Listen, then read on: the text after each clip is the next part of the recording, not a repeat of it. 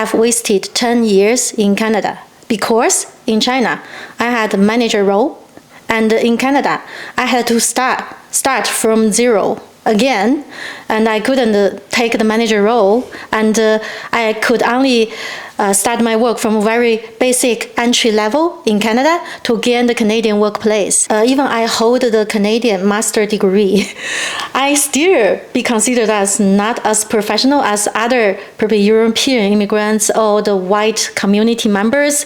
The immigrants need to make a double or triple efforts to achieve the similar success. I received the feedback that, let your students or let your graduates to look at our job for the night guard, for the laundry, for the servant, so those kind of job. So it looks like people only consider immigrants as a very low entry level of job. They don't deserve the professional, the higher level, the manager level job. Actually, I don't care about negative energy.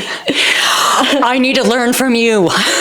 I don't care about what other people are saying, the bad things. I don't care about the dark side. I can always see the positive side. I can always see the bright side from all the people I get involved, for all the things I get involved, for all the work. I can always see the success. Welcome to our very first podcast, which is Conversations with Denise. I'm very excited today to welcome our first guest, Faye. So welcome, Faye. Can you just tell everybody just a little bit about, I guess, your background? And I know looking at your LinkedIn profile, you've had a lot of jobs. And so maybe just kind of share a little bit about yourself and your work. Thank you, Denise. Thank you for having me. And I'm so honored to be the first guest for your podcast. Congratulations. Thank you. Yeah, my name is Faye, and I moved from Beijing to Canada 13 years ago. And I lived in Regina, Saskatchewan for 5 years. Then moved from Regina to Vancouver. Stayed there for 7 years, and then I moved to Kelowna 1.5 years before. Yeah, so in my life, I had, probably most of my life dedicated to the nonprofit industry.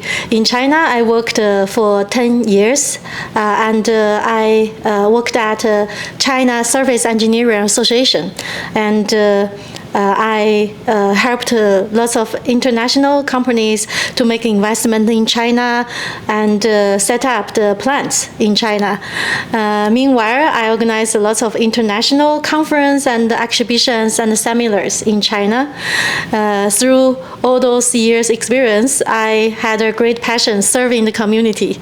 Then I came to Canada and finished my master's degree in adult education with University of Regina, and stayed in Regina for 5 years as a librarian. I worked at the library after my graduation there, and it was a new world for me. So I learned a lot, and then I moved to Vancouver for another new job.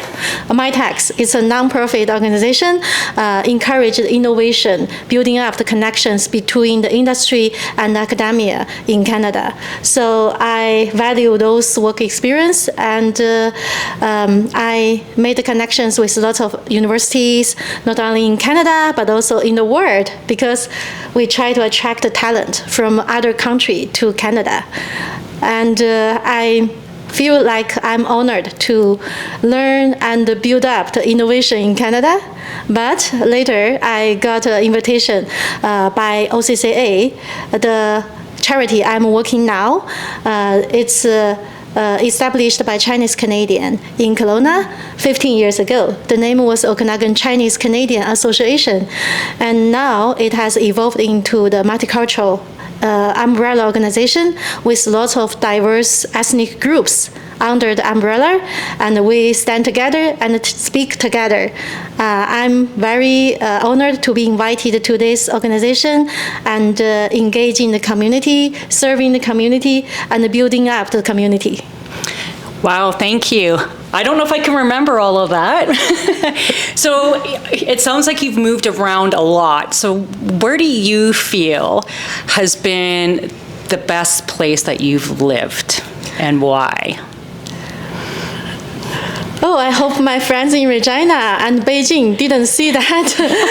So actually, I feel Kelowna is the best place so far.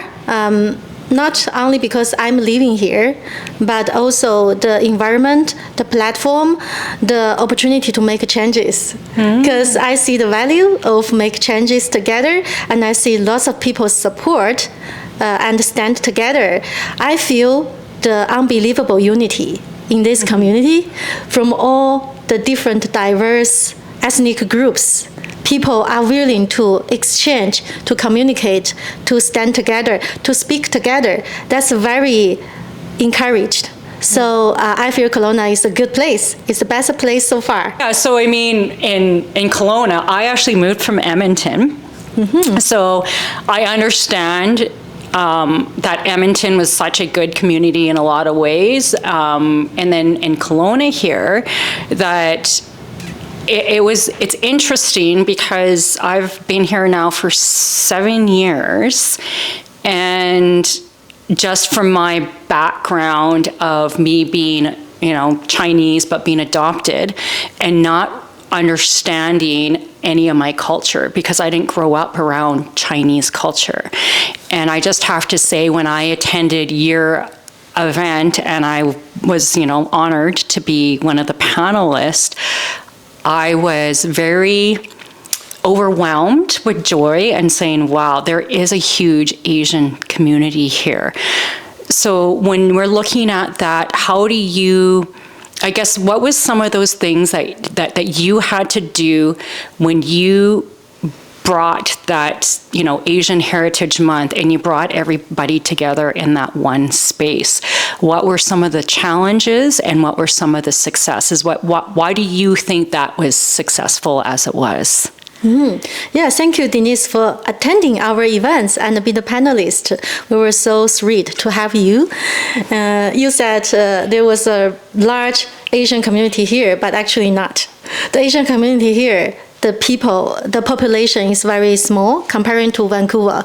So for example, the Chinese community in Vancouver, there are over 20% Chinese population, but in Kelowna, only 1.5%. Wow, I did not know it was that low. Yeah, it was very low population and similar to the other Asian communities such as South Asian, that's the first population, and Filipino, the second population. But each population, less than 10,000 people. Oh, okay. So it's a small community, but the reason you see so many people there because almost all the people, they are covered. They are so encouraged to join our events because we want to stand together. So although we have small community here, we have lots of people who are willing to join and stand together. That's why you see a large community, because in Vancouver, probably there are large community, but everybody hide at their home. They don't go out, don't attend the events, don't connect. Everyone is isolated. But in Kelowna, people are willing to connect together, but there is a need for the platform. And OCCA is a good platform. We build up the bridges between different communities and groups so that people can come out and make friends together. I think that's the most charm I want to work here. Oh, okay. Yeah, and you touched on a really good point too, Faye. And my question is that when I first moved here, it was really hard to find community, and I still do find it, because when you go to some of the networking events, that sometimes it's not very diverse, and I'm just going to be honest with that.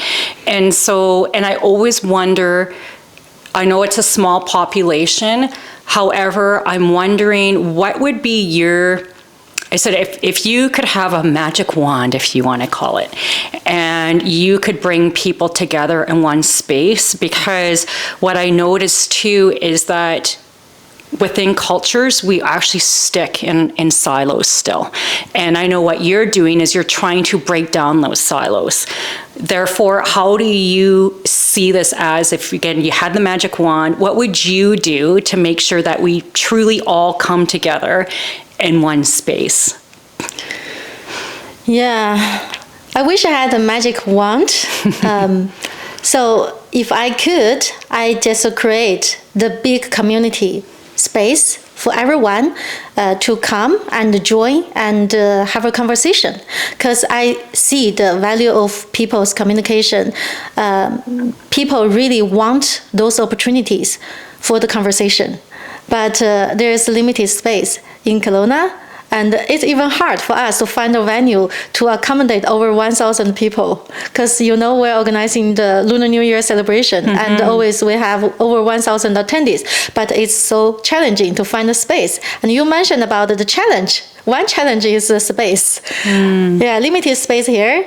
And the second challenge might be the different culture, the language barriers, and the lack of the opportunity for people to gather together and have a conversation.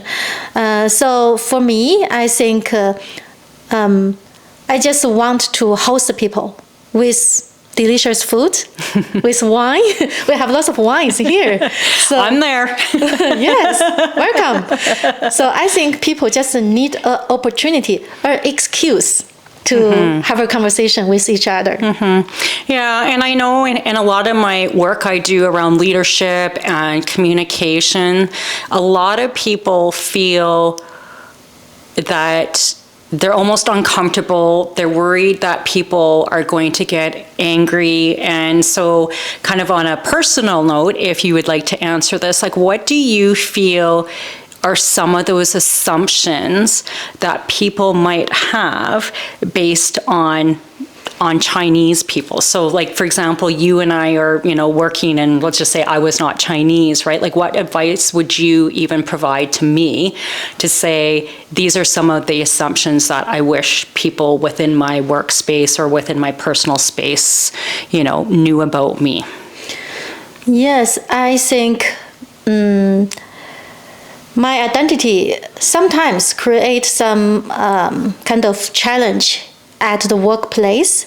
As a Chinese immigrant, I would say I have wasted 10 years in Canada because in China I had a manager role, and in Canada I had to start from zero again, and I couldn't take the manager role, and I could only start my work from a very basic entry level in Canada to gain the Canadian workplace. And I'm not was this the case, because I knew so many Chinese immigrants or other countries' immigrants, they hold master or PhD degree, but they have to do the labor job in the supermarket. So it's common. So that's one challenge. And second challenge is people doubt about your capacity. People doubt about your skills, your knowledge, your expertise. For example, I encountered a workplace communication.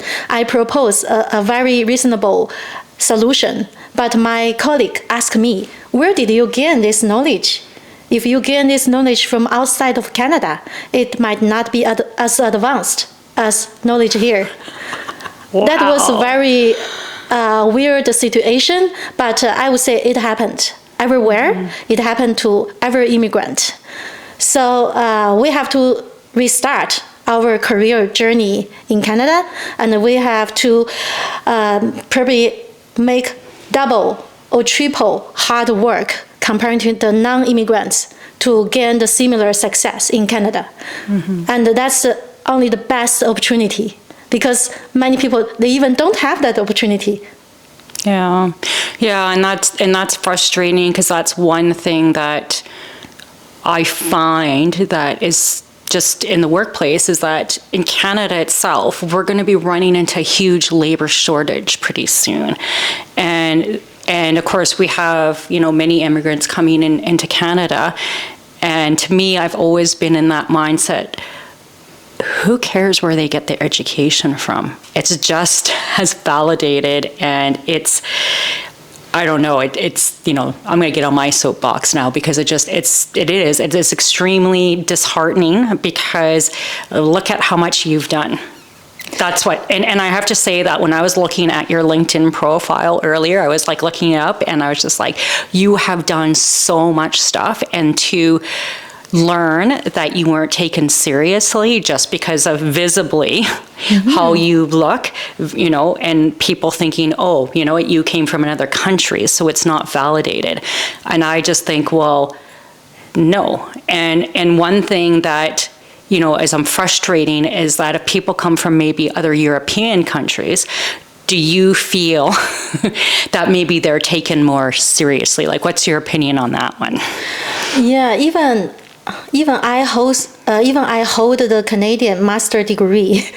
I still be considered as not as professional as other probably European immigrants or the white community members. So it's just realistic in our workplace. And I have to get ready to encounter the different stereotype, the bias, the prejudgment. That's the reason what I have said. The immigrants need to make a double or triple efforts to achieve the similar success, and that's only the best opportunity. So I think the challenge is not only about ourselves. We have to conquer the language barriers, conquer the lack of the knowledge about local culture and history. That's why you see I have made so much effort to learn about Canada, learn about the Canadian workplace. So that's one journey of learning. And the other side is other people's bias and stereotype. It's hard to persuade other people to trust you, even to find a job. It's so hard because the immigrants lack of the community, lack of the connections in the community, and also people. So just for example, we operate immigrant skills training program, as you know, the Job Connect for Future. So we help immigrants from other countries or even from other provinces of Canada, because when they moved from other country to Canada, when they landed in Manitoba, for example, in Ontario, in Saskatchewan, in Alberta, they didn't have a chance to get the sufficient support to find a job there. And then they moved from other provinces of Canada to Kelowna. They still cannot find a job. So people stuck in that barriers of building up the local connections. So networking is very important to find a job, even for the non-immigrants. But think about immigrants. They don't have any networking. Their parents don't have any networking for them. So it's just super challenging for everybody to find a job. And when I try to find a job for our immigrants, graduates, they are excellent, and many of them have the master degree or PhD degree. They were engineers in their own country, they were teachers in their own country. But when I try to talk about their job opportunity with HR people in the job fair, I received the feedback that, oh, let your students or let your graduates to look at our job for the night guard, for the laundry, for the servant, so those kind of job. So it looks like people only consider immigrants as a very low entry level of job. They don't deserve the professional, the higher level, the manager level job. So it happens everywhere, and we have to make the effort to change that. So that's why I just dedicated to operate the skills training program, introduce the Canadian workplace knowledge to the immigrants. Because sometimes the common sense is not common for the immigrants and newcomers, because it's huge change from their own culture, their own country, their own workplace to Canada. Especially for the refugees, it's not their willingness to make change. They have to change the country because of the war, because others, they have to make the changes to their life. It's super challenging to learn the new stuff here and build up the new network here. So I try to help people.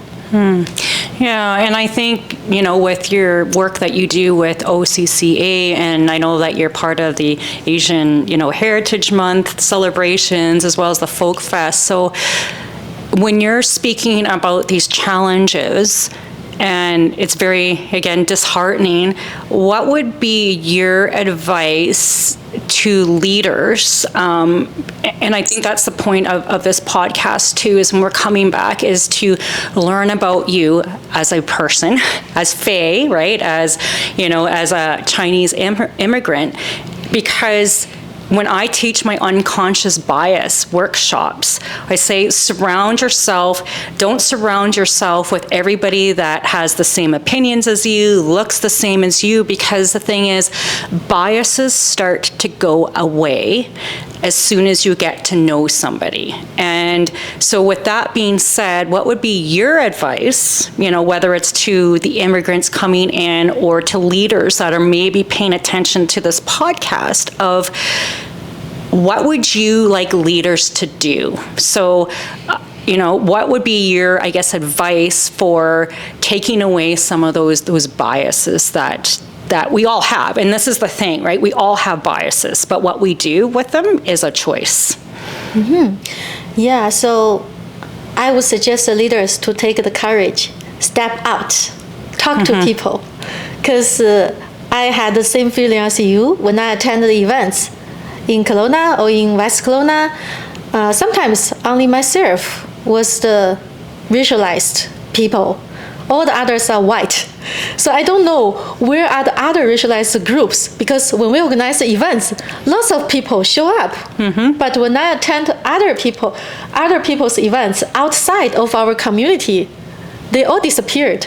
So I would like to encourage all the leaders to show up at all the occasions and speak with the people. I agree with you. People can break their bias, can understand more about each other through the conversations. That's why at the beginning I said I would like to invite everybody to join the delicious food, wine, and have a conversation. That's so important. And I think I benefit from this a lot because I'm not shy. For the Asian groups, many people, they are shy. Not only leaders, non-leaders, everybody. They just don't want to talk with strangers. And they stay low-key to attend the public events or the other network events. So they think that be meaningless for people. And sometimes I understand when you step into the environment with all the strangers, you don't know any of them. You don't know how to start the conversation. And some people, they might have trauma through their previous experience. And I had some discouraging moments when I try to start a conversation with people. Some people, they obviously show low interest. They didn't want to talk with you. And if there was nobody building up the bridge, sometimes I have a friend who knew some other people on site and make a nice connection and introduction. That helps a lot. But if I didn't have that friends surrounding me, sometimes it was hard to open the conversation through me because people might don't be willing to talk with strangers. So not only immigrants, I think, but not only immigrants, but also non-immigrants. Everybody have their comfortable zone. If you try to pull them out, you need to make some efforts. But at least I will encourage the leaders to step out from their side. Because, sometimes they might be rejected, they might be ignored, they might not have an opportunity to build up a connection immediately, but at least they speak. And there are so many people in one event, at least they can find one or two people to talk. Even that opportunity, they can have an opportunity to break down the silo. And it's about being intentional. So when I go to a networking event, if somebody's standing by themselves, I will always go talk to them. And because I'm being intentional, because I'm kind of like you, I have no issues talking to people. And I know sometimes when I go out too, I stick with my friends. And then now what I'm doing is sometimes when I go out to networking events, I just kind of say, well, I'm going to go by myself and that. And I think the other piece that you touched on too was that performative allyship versus, and one example I had was I was speaking or was at an event, and people showed up to support it, but then as soon as their speeches were done, I actually saw them, they got up and they walked out the door. And to me, that's not allyship. That is, you're showing up to say, oh, I'm supporting this event, but then I'm going to leave. And it's not to say I get it, especially with politicians and things like that. Sometimes I have 2 to 5 things on the go. However, what would be your advice on that piece too? Because this is all, whether it's a leader, whether you're in that political thing, is like, how do you truly show up and be an ally? What is your kind of your feedback on that piece? Yeah, for most of the time, I stay until the last second of the event. And I appreciate your approach to people who stand by themselves. I think that's very important to help people engage in the event. See, we need that people like you. And I hope more and more people can do the same thing at that event. So for me, if I meet racialized people standing by themselves, I will actively build up connections between them and the other people. But it won't happen all the time. So most of the time, you still need to make your own efforts. And for the good allyship, I think just put your shoes in other people's boots so that you can feel what they need, what kind of support they need, so that you can provide the better support fit their needs. So for me, I'm very proud that our events break this kind of situation that many politicians attended the events and left immediately after 10 or 20 minutes. Our events, for example, the immigrant skills training graduation, it lasted 3 hours and everybody was there until the last second. So I was surprised at the first time, but later I realized because of the stories. The stories really touched people, and the politicians, they want to know about their voters. They want to know about people's life through these kind of stories. So I think for the leaders, first, build up the good storytelling opportunities, connecting people, and the second, learn about each community's needs and learn how to support each other. Because sometimes allyship is not you give other people's hands, you will also receive the roles back. So if you, let me change the saying, if you pass on the roles to others, you will have the good smell back. So that's a kind of support each other, not only provide your support. Each time you give other people's hands, I'm pretty sure you will receive the help when you need them in the future. Yeah, and that's just so much wisdom in what you were just talking about. And where's that book? Oh, here it is.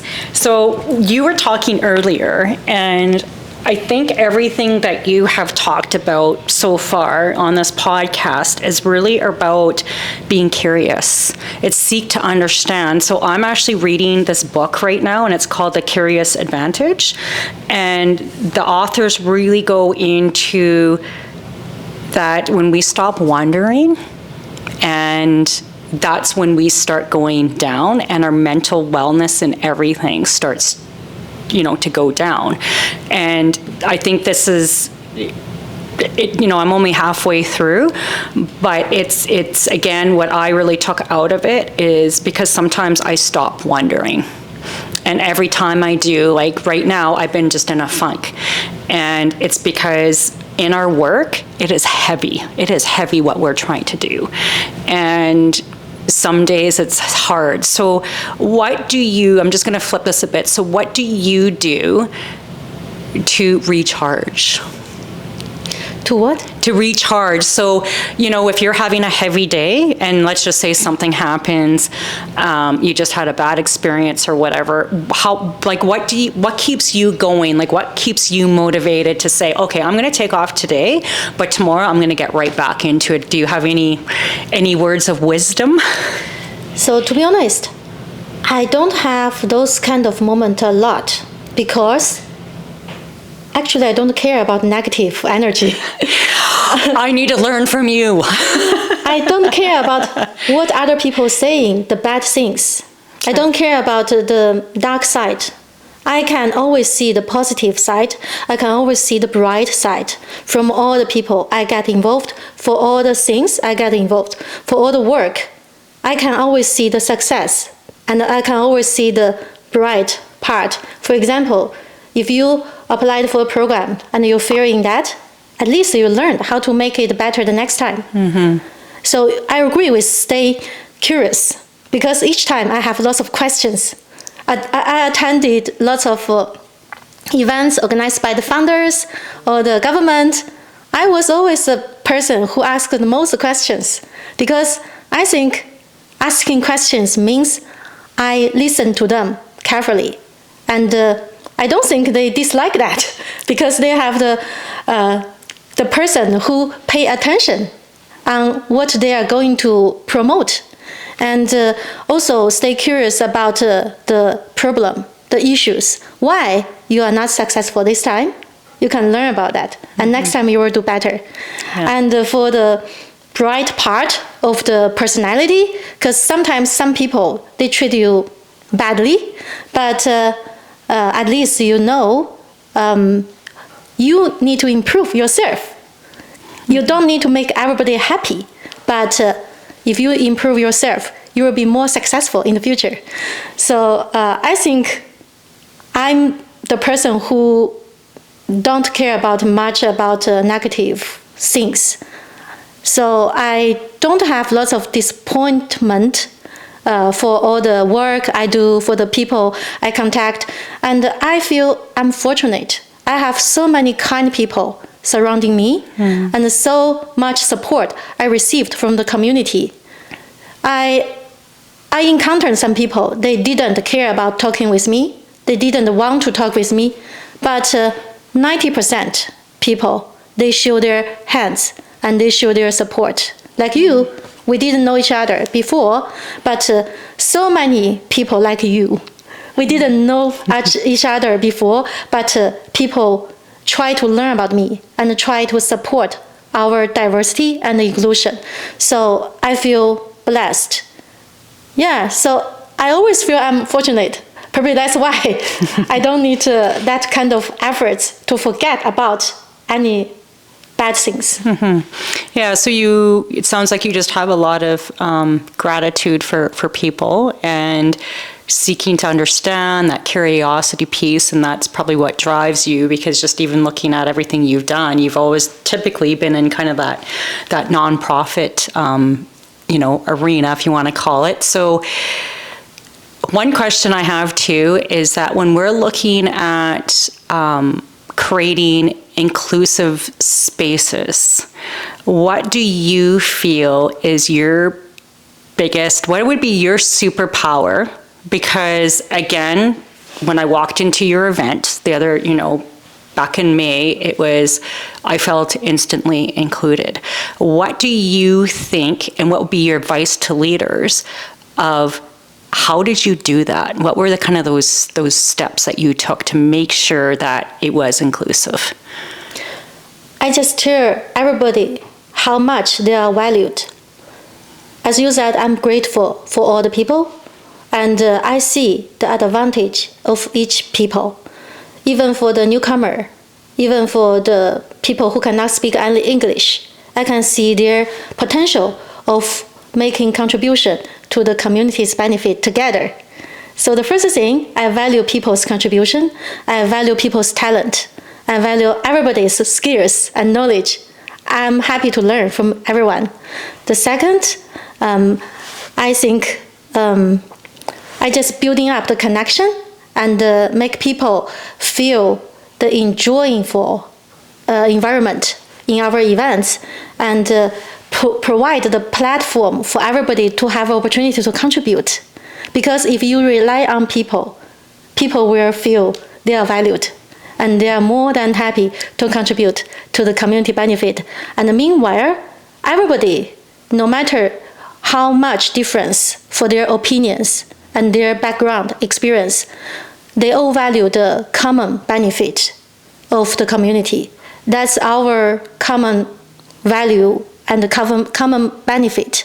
So I think as long as you set up the goal for everybody's benefit, for our next generation's benefit, people are willing to follow that goal and make a contribution together. Okay. Well, I have one final question for you. Are you ready? Looks like a very hard question. No, it's not. And I meant to say where I got this from, but I think it was in one of your articles that you wrote, and that it was an interview, and I found this was a really brilliant thing that you said. And you said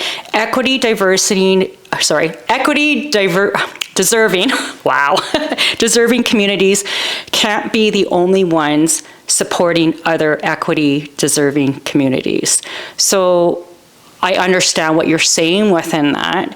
And because my question is, a lot of these times when you still go to these events, like if it's, for example, a Indigenous event, usually only Indigenous people attend, and I'm generalizing here, but it's still a lot of these cultures and races are still almost in their silos. So how do you see that as breaking down? Like breaking down those silos, and I know we talked about it a little bit earlier as well, but is there anything that you think, so for example, I know that you're going to have this big event coming up. How are you going to get other people that are non-Chinese people in that room? Like, what are you doing right now to ensure that? Just make friends. Make as many as possible friends, not only within our community, not only within the same ethnic groups, even not only within the Asian groups. I just step outside of our community. Of course, I focus on building up the connections within community at the same time, but I would also like to make more friends outside of our community. As I said, OCCA, we have established for 15 years, but during the past 15 years, most donation we received were from the same group, from the immigrants. So I always told people, in our community, immigrants help immigrants. It was great, but it's not the ideal situation, because immigrants deserve more people's attention outside of our own community, but also the mainstream society, the whole society.